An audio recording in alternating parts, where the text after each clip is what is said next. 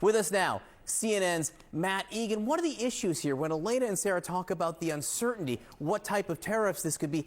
These are wildly different tariffs he's considering. The fact that he hasn't landed on one is really interesting. Yeah, it's interesting and it's nerve-wracking from the perspective of investors. You see, look, no Liberation Day celebration on Wall Street this morning. We're seeing stock futures move solidly lower. There's a couple things that we think we know about what's coming today. The White House says that these tariffs would take effect immediately. That's a point that has kind of unnerved some investors and economists I've talked to. Normally, you would want to kind of phase this sort of thing in, not do it all at once. A range of proposals are still being considered, including perhaps tariffs on just certain countries. But the most extreme option is this universal tariff of up to 20% that is apparently still under consideration. Now, we don't know if that's what's going to happen, but economists warn that that is what could be the most damaging. The budget lab at Yale found that if there's this 20% universal tariff on top of the other tariffs that are already in place, that would take the U.S. tariff rate up to 33%. That would be the highest since 1872 when the president was Ulysses S. Grant. Now, the Budget Lab says that this would do real damage, right? It would eat into everyone's take-home pay, their inflation-adjusted income, because it would increase prices, including on food, clothes, leather, computer, electronics, and even oil. Now, again, we don't know if this is going to happen. It's possible that the president ends up picking a far more modest choice here. But I do think the bottom line is the cost of living, right, is the biggest issue for many Americans. It's arguably why Trump got elected again. And yet, economists are not just saying that aggressive tariffs are going to fail to fix the cost of living. They're saying it's going to make it much worse. Again, one thing that's notable, the announcement comes at 4 o'clock after the markets close. The tariffs will go into effect immediately. Investors looking for certainty, although as Elena just reported there, the president is saying he reserves the right to keep negotiating with countries on the tariffs even after today. That may not be the certainty investors are looking for. Matt Egan, thank you. Thanks, John. Very much. Kate. Thank you so much, sir. Joining us right now is Mark Zandi, the chief economist for Moody's Analytics. Thanks for coming back in, Mark. Okay, so I definitely want to hear what you have to say tomorrow as well, but leading into today, when we still don't know exactly what he's going to roll out, best case, worst case scenario today, in your view, is what? Oh, geez. There's no good case here, Kate. It's just dark variations on a dark theme. I mean, Matt mentioned a 20% kind of effective tariff rate across the board, across all countries.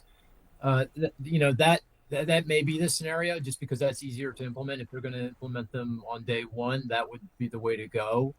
20% would put the tariff back to where it was in the 1930s. That's the Great Depression, Smoot-Hawley. And presumably other countries would respond to that. They would retaliate because they would recognize that these tariffs are big and they're going to remain in place for quite some time. So you add that all up, that's a pretty dark scenario. That gets us into recession pretty fast. Just to give you context, we've run some simulations of what that might mean. The current unemployment rate today is 4%.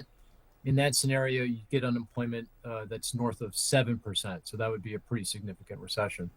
The alternative scenario, maybe the best case, worst case scenario, would be the so-called reciprocal tariffs. These are tariffs that would be designed to be specific to individual countries. So if a country has tariffs on our products or imposes other non-trade barriers on our products, we would raise tariffs to be consistent with those barriers and those tariffs. That would result in a 15% effective tariff rate. That would probably result in a recession, get pretty close, but not nearly as much damage. But as you can see, a boatload of uncertainty here. This thing can go in lots of different directions, none of them good. And also, what Trump ultimately announces, they say the White House does, that it will be effective immediately. That is what they have said. How does that work?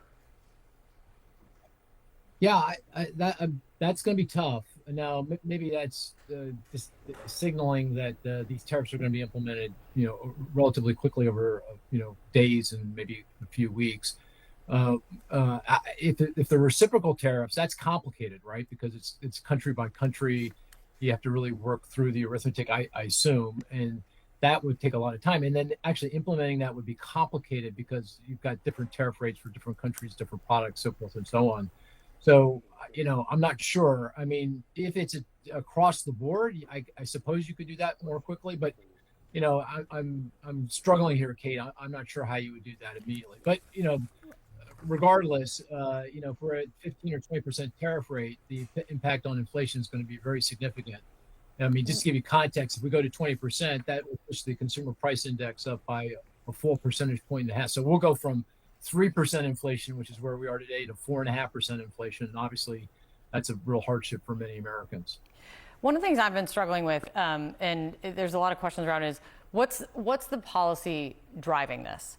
Because there are two things that they've said, and I'm not entirely sure how they line up. The president wants to both raise revenue with tariffs and also use them as leverage to get other nations to lower their tariffs or make other policy changes. But if tariffs are subject to negotiation, as he's kind of discussed and alluded to, they could go away at any moment. How does that line up with leaning on this to raise revenue? I don't know. I don't see it. I don't get it. I mean, if you raise the tariff rate, say to 20%, and you get a recession, the net impact of that on our fiscal situation is going to be very negative. Yeah, we'll generate more tariff revenue, but think about the hit to other taxes. Income taxes will be down, corporate income tax will be down, sales taxes will be down. And also it raises government spending with higher unemployment. That causes unemployment insurance costs to rise, SNAP, which is food assistance, rental assistance. So, and then of course, there's already a lot of talk about providing benefits, cash benefits to like farmers who are getting creamed by the fact that they can't sell into China because of the Chinese retaliation. You add that all up, I'm not sure we're going to raise any net revenue whatsoever. And then, as you point out, these tariffs are being done by executive order. It's not in a piece of legislation. So they can be here. They're here today. They can be gone tomorrow. So you can't count on these revenues, next year, let alone 10 years from now. So I'm totally confused by the thought that you're going to raise a lot of revenue here and that it's going to be sustainable revenue to address our long-term fiscal problems. Yeah, because Peter Navarro had said very clearly that he's talking about numbers. This is how much we'll raise 10 years out, which is a question of how are these tariffs, can you anticipate this whole policy will still be in place 10 years out? Regardless, let us see what happens today. Important to get your take then tomorrow. Mark, great to see you. Thank you. For more on this, we're joined now by Julian Ventura, the former Mexican Deputy Secretary of Foreign Affairs. He also served as Mexico's ambassador to China and the UK. Hi, Ambassador. So President Sheinbaum has largely adopted this wait-and-see approach to this trade war. Is this a winning strategy? Well, I think it's a smart strategy. President Sheinbaum has played smart with a difficult hand. She's bet on dialogue and, as you mentioned, holding off on targeted countermeasures which are ready until the full picture is known. She's built a solid coalition of private sector stakeholders and developed a plan to increase domestic content in products manufactured in Mexico. But dialogue is ongoing. As we speak, Mexico's trade secretary is in Washington for the 6th or 7th week in a row to talk to Commerce Secretary Lutnick and the U.S. Trade Representative to try to come to an understanding which at least preserves, tariff-free trade for USMCA-compliant goods and establishes a roadmap to stabilize the relationship. As you mentioned, uncertainty and shifting goals are kryptonite for markets, investors, and consumers in the United States, but also in Mexico. And this relationship is huge. Yeah, how do you think Americans will be impacted by this in terms of its relationship with Mexico and what could happen as a result of these tariffs? Well, Mexico is the U.S.'s top trading partner. We're one of your biggest customers, the top customer of American goods for many states, all the way up from Oregon and Colorado down to Arizona, Texas, and California.